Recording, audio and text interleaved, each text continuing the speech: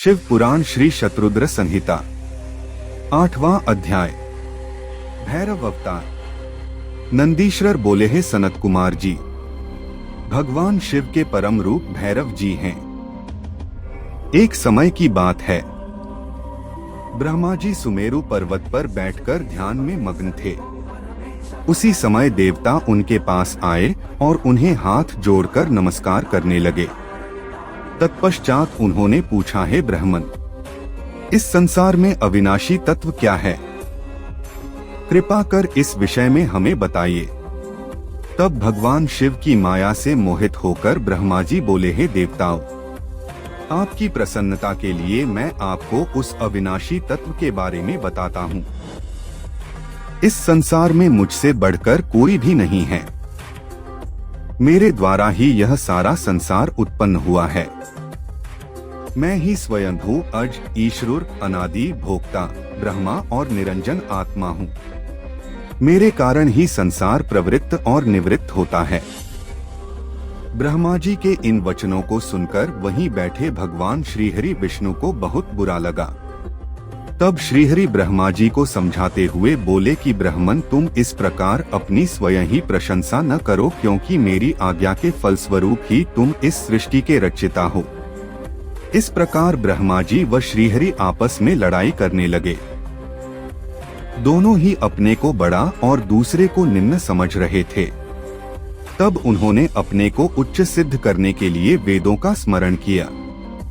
फलस्वरूप चारों वेद वहां उपस्थित हो गए।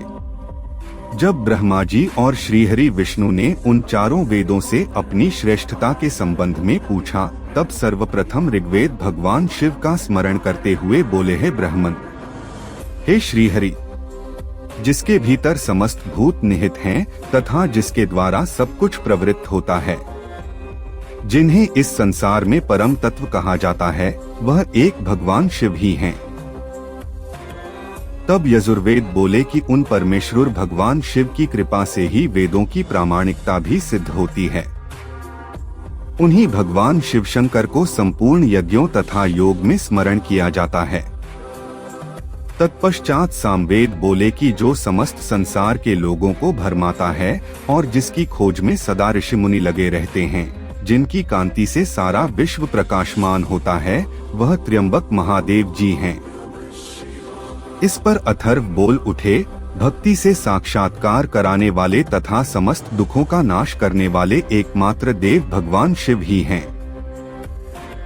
वेदों द्वारा कहे गए इन वचनों को सुनकर ब्रह्मा और विष्णु बोले, हे वेदों, तुम्हारे वचनों से सिर्फ तुम्हारी अज्ञानता ही झलकती है। भगवान शिव तो सदा नंगे रहते हैं, अपने शरीर पर भस्म धारण करते हैं। उनके सिर पर जटाजूट व गले में रुद्राक्ष है।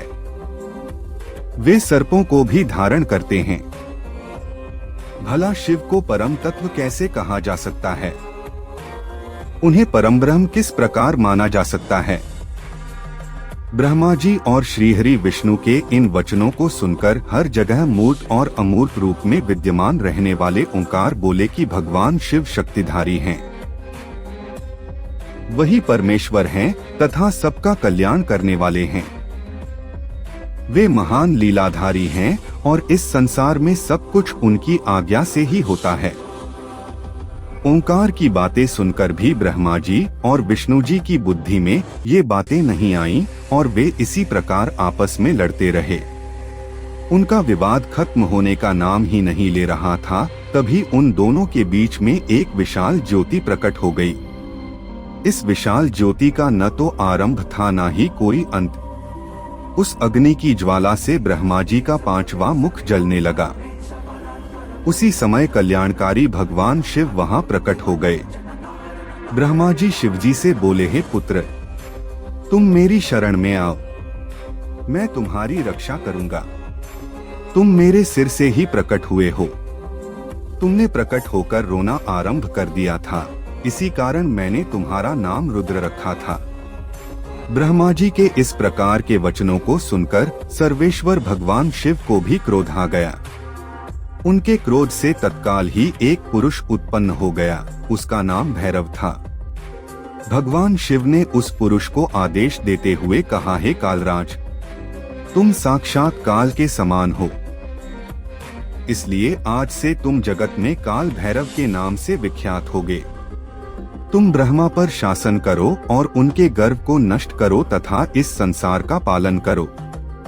आज से मैं तुम्हें काशीपुरी का आधिपत्य प्रदान करता हूँ।